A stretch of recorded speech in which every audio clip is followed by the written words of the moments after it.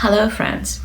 Do you use fragrance families when you search for a new fragrance, or do you look at the note listings, the perfume pyramid? Fragrance families is the topic of our chat today.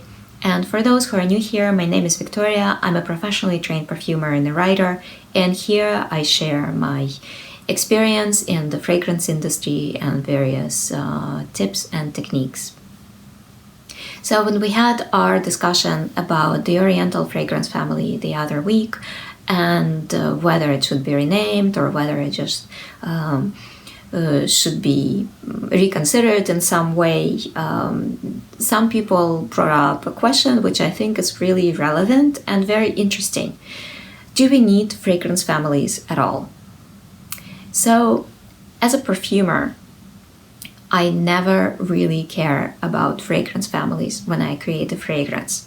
What matters for me more is the accord, because accord, of course, will determine the fragrance families, because most fragrance families are inspired by a particular accord.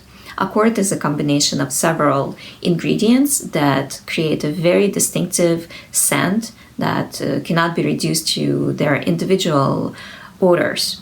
And for instance, to give you a very simple example, it's cologne. Cologne is an accord. It's an accord of citrus, of, for instance, orange blossom notes and herbs.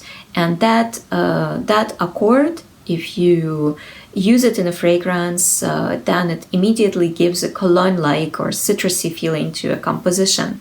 So it becomes classified as a fragrance belonging to a citrus fragrance family. The four classical accords have evolved. Of course, there are many more accords than just four.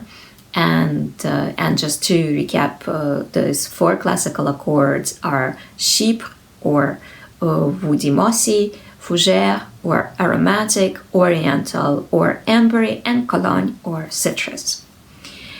It's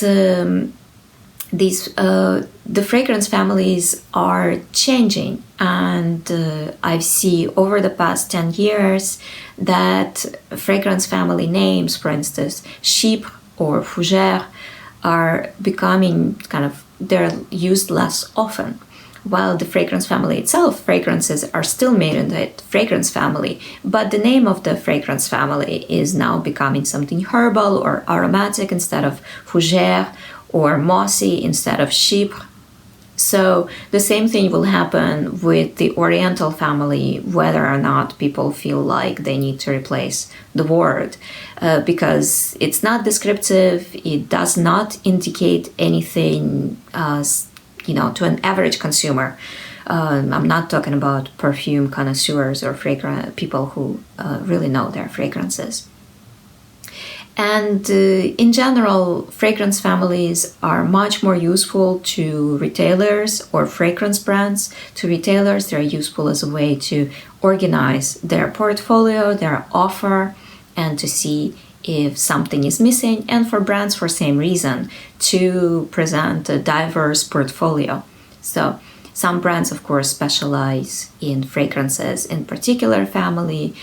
For instance, a niche brand, Parfum de Rosine, is all about rose fragrances, and so for them, covering the topic of aromatic herbal fragrances is not as important. But generally, brands want to cover the whole fragrance wheel.